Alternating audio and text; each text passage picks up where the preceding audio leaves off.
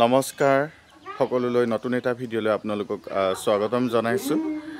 আজি এই সন্ধিয়াৰ পৰিৱেশটো কিমান সুন্দৰ হৈ আছে, গছ পাতবোৰ লৰি আছে, মলয়াৰ বতাহজাকে কিমান সুন্দৰকৈ আমাক গধূলিৰ আমেজকণ দিছে। চাওকচোন, গছ পাতবোৰ ইমান সুন্দৰকৈ লৰি আছে, তামোল গছৰ পাতবোৰ। যদিও দিনত আজি গৰম আছিল, কিন্তু সন্ধিয়াৰ ভাগলৈ এতিয়া গৰমটো খুব কমিছে আৰু সুন্দৰ বতাহ এজাক বলি আছে মৃদু মৃদুকৈ। আৰু এইয়া সন্মুখত দেখা পাইছে এজোপা আম। আজি আমি ঘৰৰ আম খাব লৈছোঁ, সকলোৱে বহি। ক'ত খাব লৈছোঁ দেখুৱাইছোঁ আপোনালোকক। এইয়া চাওকচোন, ঘৰৰ বাৰীৰ পকা আম প্ৰায় খাই শেষেই হ'ল বাৰু, ভিডিঅ'টো কৰোঁতে দেৰি হ'ল। এইয়া চাওকচোন কিমান সুন্দৰকৈ, এইয়া ঘৰৰ পকা আম সকলোৱে মিলি কাটিলে। আৰু এয়া আমাৰ বৌ আৰু ৰাজশ্ৰীয়ে মিলি কাটিলে। তাৰপিছত এইফালে আমাৰ মুনু খোৱাত ব্যস্ত। ভাল লাগিছেনে মুনু?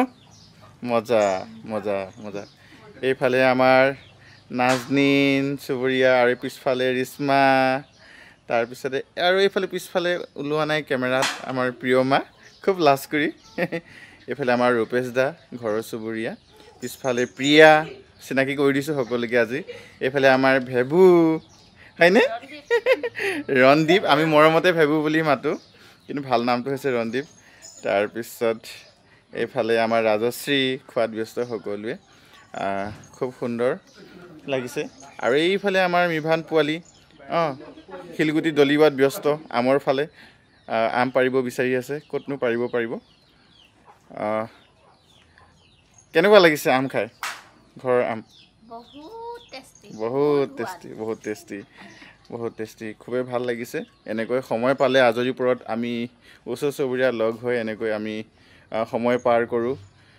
ভাল লাগে যেতিয়া মনৰ কথাবিলাক আদান প্ৰদান কৰিব পাৰোঁ। যিহেতু আজিকালিৰ ব্যস্ততাৰ সময়ত মানুহে মোবাইলতে ব্যস্ত হৈ থাকে, কিন্তু মোবাইলত ব্যস্ত হৈ নাথাকি আপোনালোকৰ ওচৰ চুবুৰীয়াৰ সৈতে এনেদৰে মিলিজুলি থাকিবচোন, কিমান ভাল লাগে পৰিৱেশবোৰ।